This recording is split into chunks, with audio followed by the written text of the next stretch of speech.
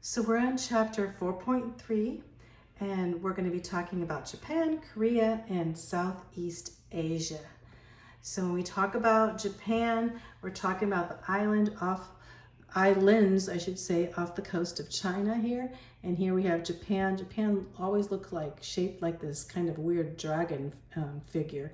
And it's mainly 4 islands, but really there's a lot more islands, a lot of small islands, hundreds of more. And then we have right across from the East Sea and the Yellow Sea down here, we have North Korea and South Korea here. And we'll be talking about this area of Korea. Now divided, before it was not divided, of course, back in ancient times. And we have China over here. And then, of course, we're talking about the Southeast. When we're talking about Southeast Asia, we're talking about the peninsula that comes up here is Japan. This is Japan, clear up here in the corner, East China Sea. And as we go down here is China, but as you go down on the peninsula here, you'll see quite a few countries. And then we'll also be talking about the islands that come out this way. This is all of Southeast Asia. So what are these countries now? We have Vietnam, we have Cambodia, we have Laos and Thailand, and Burma, Malaysia down here with Singapore. Coming down here, we have Indonesia, Borneo there, and let's see, in the Philippines, of course, right up here is Philippines. So these major countries, and we'll be talking about them all in a little bit later here. So let's get going. Japan, a nation of islands. So we have islands, but we have 4 main islands where most of the people live. And you need to know these islands. We look up at the north and you'll see Hokkaido. So here's Hokkaido up here in the north. And then the next island be another H, Hokkaido, the longer name with the top. And then Honshu, the island, the main island here is Honshu with Tokyo. Most of the people live on this island. And then we have the 2 smaller islands on the south, which Shikoku right here, Shikoku, the small island here. And then the far south one island is Kyushu. So Kyushu is K and S at the bottom. And then we have Honshu and Hokkaido. So if you can remember those. So there's thousands of smaller islands, but this whole area is about the area of the size of California, but it's 5 times the population of California. In fact, Tokyo, I think, is still the largest populated city in the world. Japan. We have mountains that cover 70% of Japan, and Mount Fuji is the highest mountain. Here's a beautiful picture of Mount Fuji. And it's covered, not only that, it's like warm at the bottom, covered with snow at the top. So Nippon, or Nippon, was the source of the sun.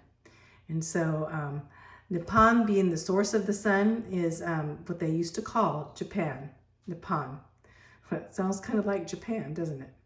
And then in fact, Marco Polo, when he went basically to China and he knew of Japan there and traveled that way, he would call Japan Japango. Sounds like Japan too, Japango, like Japan, Japango.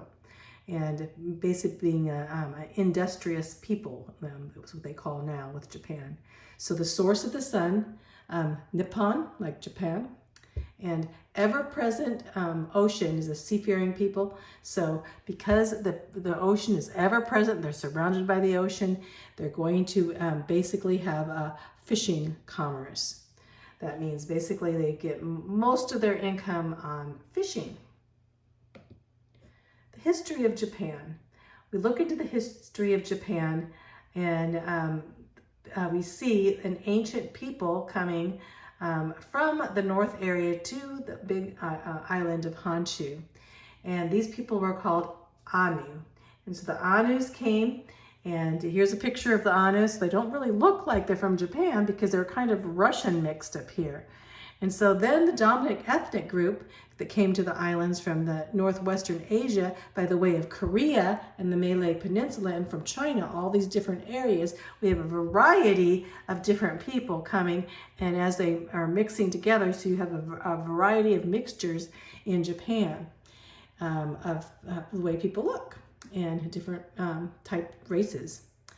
So And they, well, basically Japan, when you think of Japan, you think of the Chinese because they adopted the Chinese religions and culture, including art, writing, and government, were very similar to the Chinese cultures, almost exact. So their religion, their culture, and their art and writing and government, a little bit different, but not much.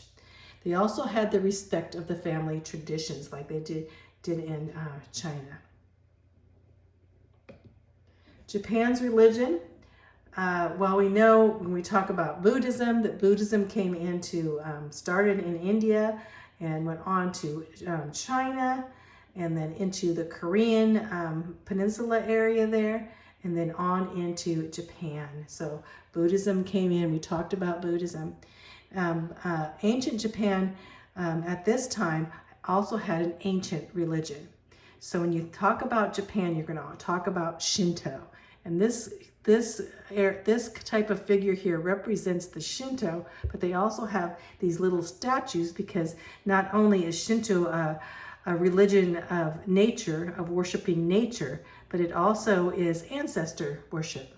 So you could be worshiping your ancestors, or maybe your grandparents or your great-grandparents or even your parents. And here's a little statue of that ancestor worship. And Shinto is the oldest religion in Japan. And so ancient Japan consists of a lot of small states that represented certain clans. So what's a clan? A clan is a group of extended families with a leader in each one of the family leading them. So clans. So you're going to have to know that, what the clan, because basically ancient Japan was a whole lot of clans. If I would show you a picture, you'd probably see hundreds and hundreds of clans. Japan's civilization. Well, Yamato clan were the ancestors of Japan's imperial family, and they had a loose rule over the other clans in the year 400s. So in the 400s, now this picture is not a picture taken back in the 400s, of course, but these people claim they're of today, even of the Yamato clan. And so Prince Shotoku, Shotoku is how you say his name. Prince Shotoku from 593 to 622 AD promoted Buddhism. Buddhism was very popular at that time, and the Chinese culture and government. So he brought in, similar to the Chinese back then, but he was actually ruling the Yamato clan, ruling the other clans. So the establishment of a constitution. He got a constitution here and was the greatest accomplishment in uniting all these different clans. And now they have finally had a centralized government. And this is in like the 600s, right in the 600s, which were AD. And you can see here some pictures. Now some of these are later pictures actually, as we see during the medieval times, but you can see how the pictures there of Japan. These are very, very old of the Japan civilization. You can see even back then they were into the shogun type fighting and swords and stuff. So let's go on. Japan's rulers. After Prince Shotoku's death, Taika, which is reform, was a reform period during that time. And they still had that central government as he brought in that central government. And then an emperor became the owner of the land. So they'd have the emperor now, the first emperor during this time. And they would have set up this tax system so they could pay tax system so they can support the emperor and support their military. So gradually, Mikado, the emperor, or I think they pronounce it Mikado, the emperor, lost his power. So he lost his power, but he remained on the throne in this feudal aristocratic society that he developed, the feudal system. So here's a picture of the emperor, Mikado. As you go down here, you can see here he was with all of his military following him around. So the emperor was the top dude, the top guy. Japanese society. Well, we'll have to know about this. Japanese society, of course, had the emperor was the top guy. And then underneath him, it would come the shoguns and the feudal lords, which controlled the public affairs. And so these shoguns were these like lords. When I say feudal, they're like kind of like kings, but they were called shoguns. And the daimyos were the local landlords. So basically you would have the emperor on the top and the shoguns and the daimyos, and they were the local landlords. They owned the land. And then you'd have the samurai, warriors, and the knights that served the daimyos. So this, and I'll show you another picture of this in just a bit. The masses of people were like peasants, so all the other people were underneath these leaders or these so-called lords. It's similar to the medieval Europe at this time. You can see here are some of the shoguns here, and here's you see the feudal system of Japan. So here's a picture of the feudal system again. When you say feudal system, is like the monarchy, kings, but instead of a king, it'd be an emperor. The emperor, this was the ruler at the top of the Japanese society. Under here we'd have the shogun, and so you have the shogun and the daimyo there, both of these guys, and they were the important. They were landlords, and then you have the samurai, I should say, samurai warriors, and down to the peasants and the artisans, and all the way down to the merchants. So this was the feudal system of Japan. Later on, what happened? The Portuguese, Spanish, Dutch, and English came to Japan. In the 1500s, also many Jesuit Catholic priests with Francis Xavier came to try to bring Japan into Catholicism.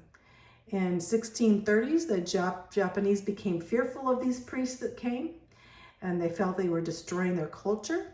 And they also felt that that the extensive trade with Europe and it would cause them Europeans to come in and dominate them. And so they expelled the Europeans. In fact, they had different wars to expel these Europeans and missionaries at that time and isolate themselves from the rest of the world at that time. So here we have a picture of the ships coming in Japan during the 1500s until 1630 when they expelled them. So let's go on to a little bit of Korean history here. It's similar to Japanese and Chinese history. Both countries dominated Korea, sometimes Japan, sometimes China, so there was a mixture there. Korean history actually begins, when you read their history, at 108 BC is the first. And that's, kind of, before that time, there was just a mixture of people. Now Korean basically saying they are Korean. The Han Empire conquered them, and then the Korean warlords gained control. They were like the Korean samurai or warlords in control in AD 313. And the Mongols, as we know, under Kublai Khan, conquered them in 1259. So here we have being conquered over and over. Here's the picture of an antique picture of some Koreans here. And here's some of the Korean architecture. Very beautiful. Korea regained freedom and independence for 200 years after that. But they then again were absorbed by the Manchu Empire of China that came in and took them over. And then Korea largely closed themselves up to foreigners until the 19th century, the same as Japan. Protestant missionaries came and gained a foothold more than in Japan or China. So they came in to Korea first, the missionaries, and evangelized that area. Buddhism had been dominant before that. From China, but when the missionaries came in, a lot of them converted from Buddhism to Christianity. Japan became influential in 1910, in Korea. So Japan came again. So you can see it's back and forth, China to Japan, and then even the missionaries coming in, the Manchu of China. Now we have Japan again. And they became influential in 1910. And after the Sino-Japanese War of 1894 to 1895, Korea became a protectorate of Japan. A protectorate is basically the Japanese Empire would protect Korea and take care of them. Southeast Asia, quickly, we have all these countries of Southeast Asia that I went over, and we can kind of go over them again. You know, we have Burma, we have, here's Burma, we have Burma, we have Thailand, we have Laos right here, this Laos coming down this way, we have Cambodia, we have Vietnam, we have the Malaysia, this whole Malaysia island peninsula, actually a peninsula and part of the island. And we have Singapore right here, small, very small. Indonesia, all of this is as Indonesia. We have the Philippine Islands right here. And we have Borneo right here, okay? It's spelled wrong, it's Borneo. Going on to Southeast Asia, these people were related to peoples of China and India. As we see, they border the areas of China and India. So they're a mixture. In fact, their food is even a mixture of Chinese food and Indian food. Buddhism was the chief religion actually now, but also Islam is brought in. The Muslims came in too in this area. So there's a lot of areas, especially in the islands of Indonesia, that are Muslim. Many of the resources are very undeveloped. They have a lot of resources, but they haven't developed the resources so much because of what? Because of, basically because of communism, you know, or, you know, basically being ruled by other countries and then on to communism.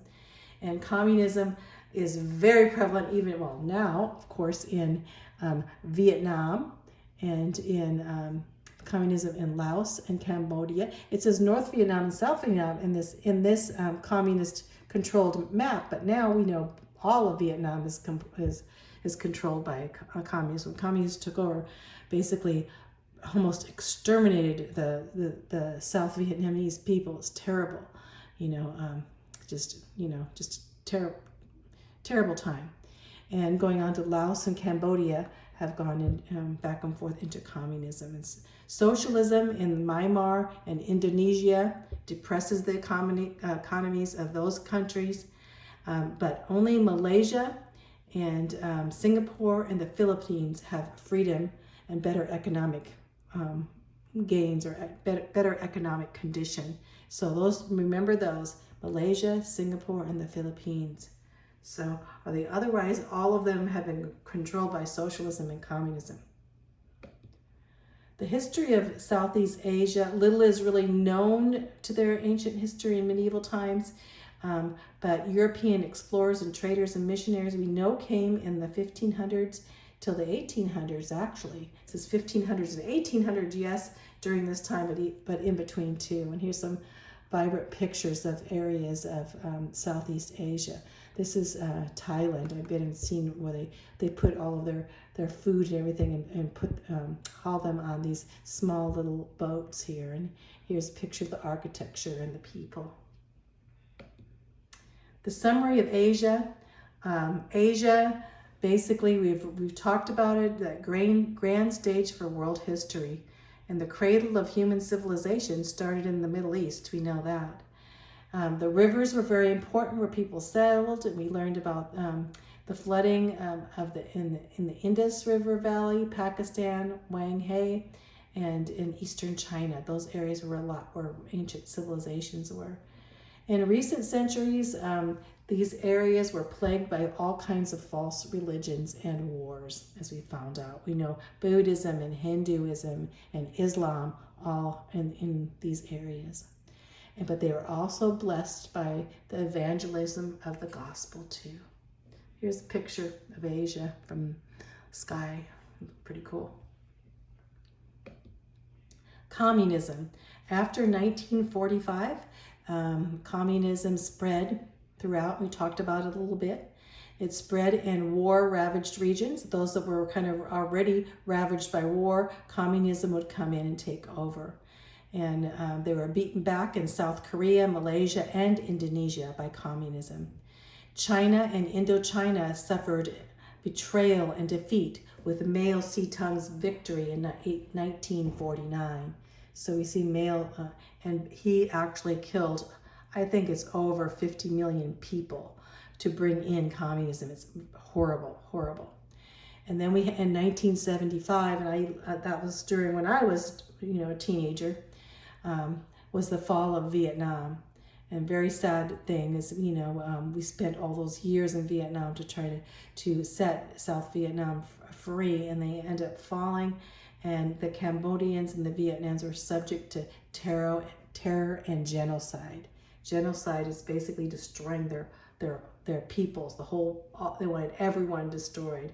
Terrible times with communism.